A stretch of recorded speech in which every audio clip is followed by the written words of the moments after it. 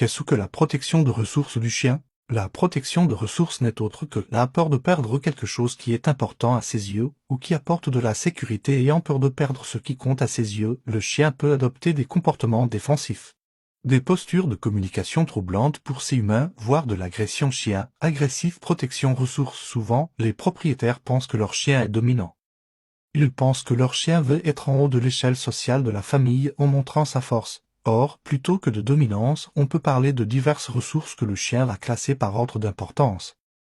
Cet ordre peut varier. Si la chose que le chien protège, son os par exemple, est en haut de sa liste et qu'un enfant de la famille lui prend, alors oui, il va y avoir conflit. Non, ce n'est pas de la dominance, juste un chien qui exprime qu'il ne faut pas toucher à son bien.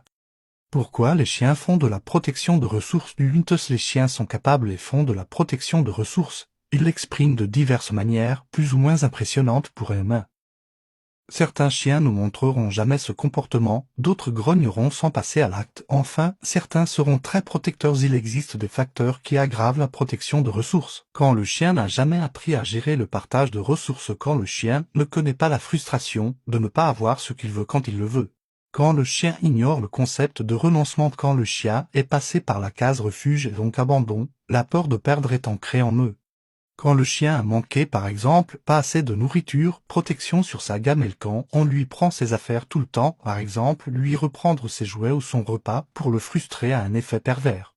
Quand il n'y a pas de respect de ses signaux de communication et de ses besoins, l'enfant qui va dans son panier, on empêche un chien de s'exprimer, il finira par mordre sans prévenir. C'est valable dans toutes les situations, pas uniquement lors de protection de ressources. Voilà une liste non exhaustive de ce que les chiens peuvent protéger: un jouet, le panier, son repas, de l'eau, une flaque aussi, un bâton, un congénère, une femelle, un humain dangereux, notamment si cela se fait sur un adulte par rapport à un nouveau-né.